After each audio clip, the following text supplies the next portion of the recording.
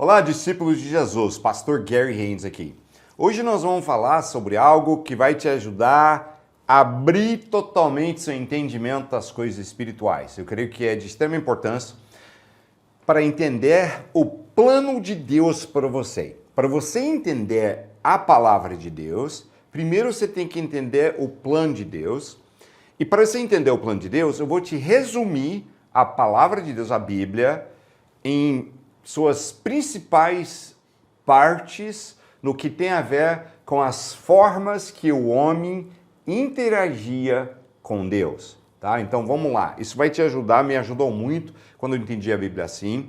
Quanto mais você começa a entender a Bíblia, plano de Deus propósito de Deus para você e para nós, o plano dele, tudo isso, as outras partes, os outros ensinamentos de Jesus começam a encaixar, né? Por isso que essa série chama Mosaico, porque as peças encaixando, né? E começa a fazer sentido.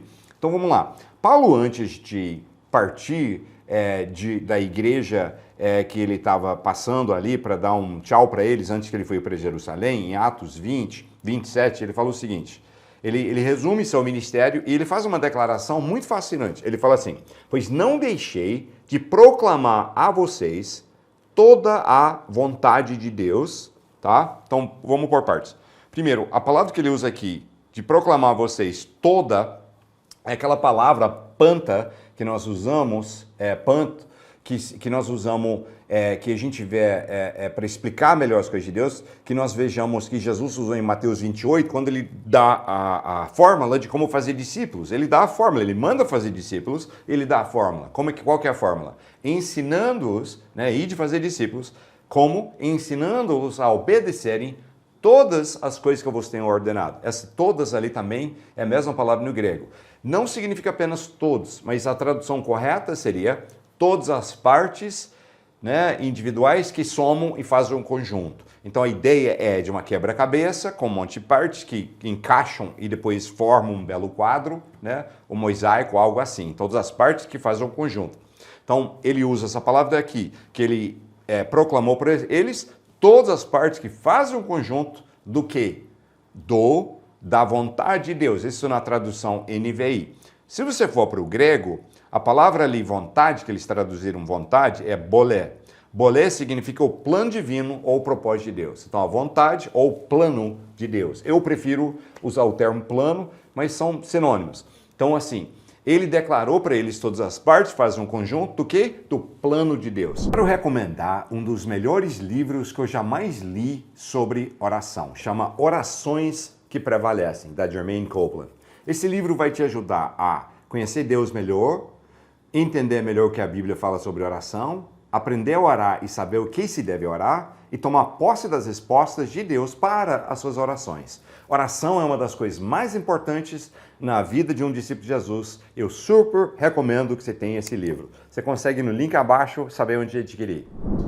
Você vê que ele faz isso em alguns momentos, quando ele ali mostra alguma fala dele, ele pega e começa a destrinchar, né, e ensinar para o povo pedaços do plano de Deus para fazer sentido. Ele sabia fazer isso dentro do contexto cultural que eles estavam. Ele sabia fazer de uma forma com o judeu, trazendo o histórico que eles já entendiam e mostrando agora como é que se completa e resume agora em Cristo e levando para o Evangelho. Ele sabia fazer com gregos, né, como em Atenas, quando ele faz uma explanação e ganha vários para Jesus, onde ele usa até um altar, um Deus desconhecido ali, e fala, vocês cultuam um Deus desconhecido. O que vocês têm como desconhecido é o verdadeiro Deus, eu vou agora explicar quem que ele é de verdade. Aí ele vai explanando, explicando para eles o plano e o propósito de Deus para a vida deles. Então, o que eu quero te passar aqui hoje, que vai ser muito fascinante para a gente entender, me ajudou demais, como eu falei há pouco, é o seguinte, vamos começar no começo e vamos destrinchar a palavra toda em épocas relacionais. Agora, você pode, assim, ficar de picuinha comigo e falar, não, mas tem isso, tem aquilo. Você pode separar de alguma outra forma. Paciência, eu vou te separar do jeito que eu enxergo e as formas que eu cheguei a essa conclusão são estudando a palavra, orando e ponderando as formas diferenciadas que o homem relacionava com Deus. Então vamos lá. Primeira etapa, Deus criou o homem ele depois cria a mulher para o homem ter a companhia, né, para ela ser auxiliadora dele. Eu sei que o feminismo hoje não gosta disso, mas é o que a palavra fala. Ela é igual ao homem em qualidade, mas ela tem um propósito de auxiliar o marido, né, de ser apoiadora do marido. Então, ele faz o casal, eles estão ali no Jardim de Éden, e o propósito dele ali, e essa etapa relacional é ele vindo, né, na hora da brisa do dia e tendo comunhão direto com o homem. Por que ele podia fazer isso? Porque o homem não tinha pecado. Esse estado, você vai entender que esse estado original é o final que Deus busca. Então, nós vamos conseguir voltar lá. Então, você tem esse estado inicial de comunhão direto no jardim. Quando eles pecam e são expulsos do jardim, e agora eles pegam as consequências do pecado e desobediência a Deus, agora começa uma fase em que o Deus não encontra tete a tete com as pessoas, então eles não vejam ele, né? Com raras exceções de ver a glória de Deus em algum lugar, coisa assim. Agora você fica assim, sem estar tete a tete com Deus, né? Moisés, ele tem encontros com a glória de Deus e tem algumas situações, mas no geral, a partir dali, né, a primeira etapa é relacionamento direto, a segunda etapa é pela fé, porque você não está vendo Deus. Então você acredita nele, mas você não está vendo. Quem é o pai dessa época? Era Abraão. Diz que o pai da fé era o Abraão. Então, Abraão, ele foi tipo o coração dessa época. E nessa época você não via Deus, você tinha fé nele, ofereciam sacrifícios pelos pecados, mas era de uma forma avulsa, né? Não tinha prescrito regras, quando, como. Então era uma época mais livre pela fé, e aí você tinha homens perversos que não seguiam a Deus e não acreditavam nele, ou acreditavam em demônios que eles endeusavam, né? em anjos caídos, ou acreditavam em Deus e viviam uma vida correta com Deus. Então você tem essa época, né, de fé e obediência a Deus pela fé. Depois você tem a época que entra, que é a lei mosaica, em que Deus ele põe a sua lei e um povo. Infelizmente, o povo de Israel nessa época fracassaram em mais de um sentido. Primeiro, que eles vira e mexe, rebelavam contra a lei, e começavam a servir outros deuses, aí vinha juízo, aí depois voltavam para Deus, eram ciclos de aproximar e obedecer, e ciclos de rebelião e juízo sobre eles e outros países esmagando e matando, e depois eles voltando a Deus e tendo paz de novo, e assim vai.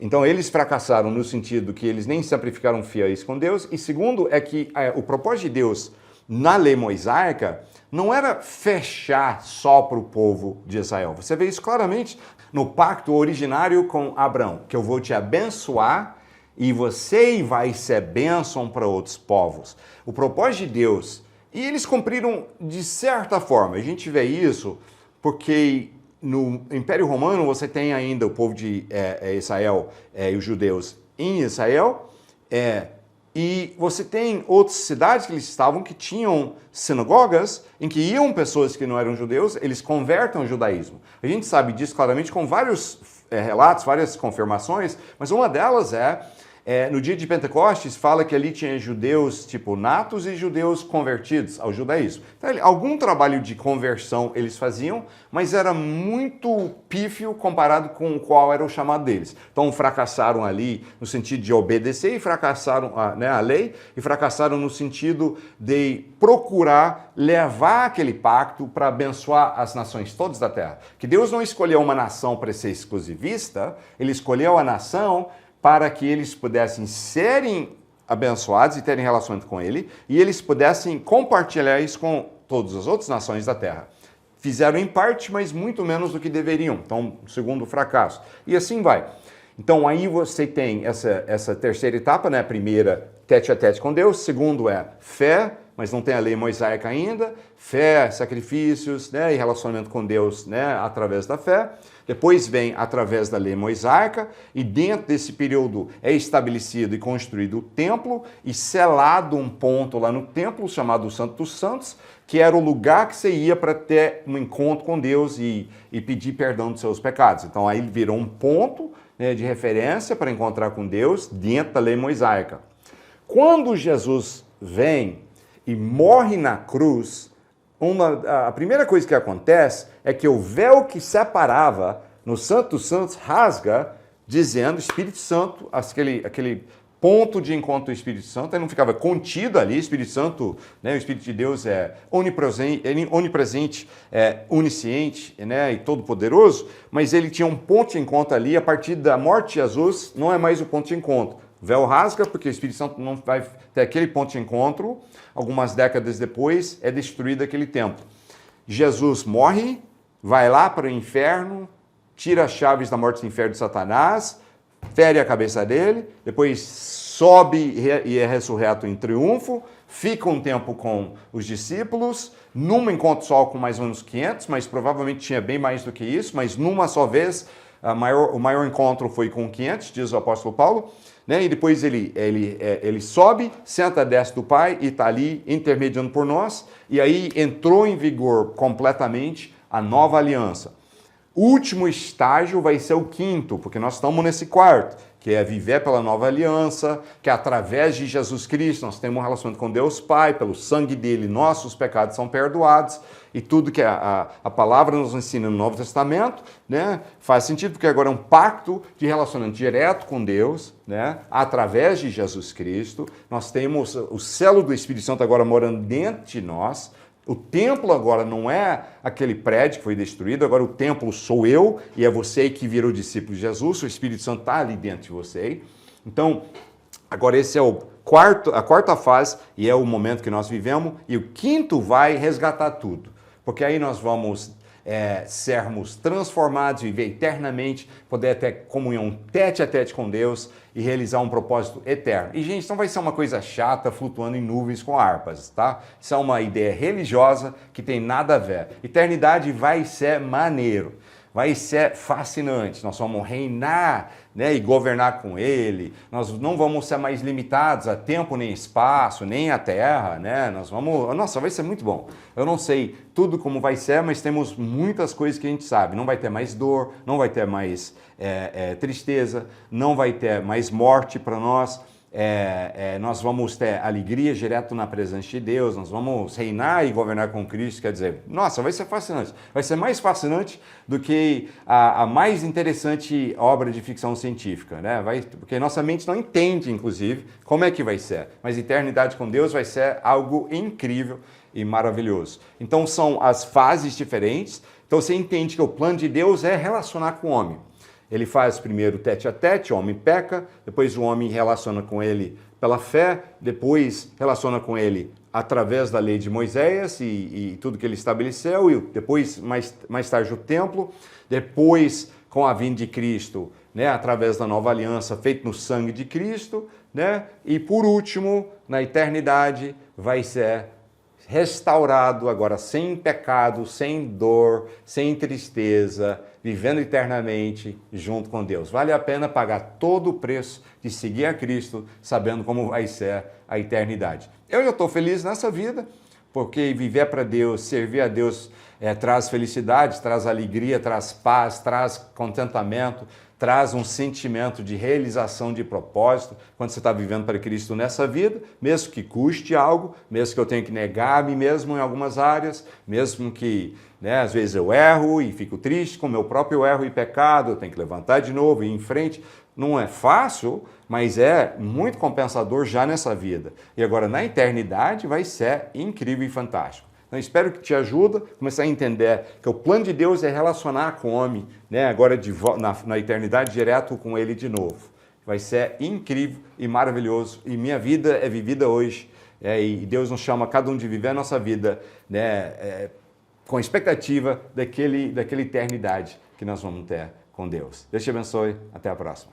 Se estamos sendo bênção na tua vida, ajuda a gente.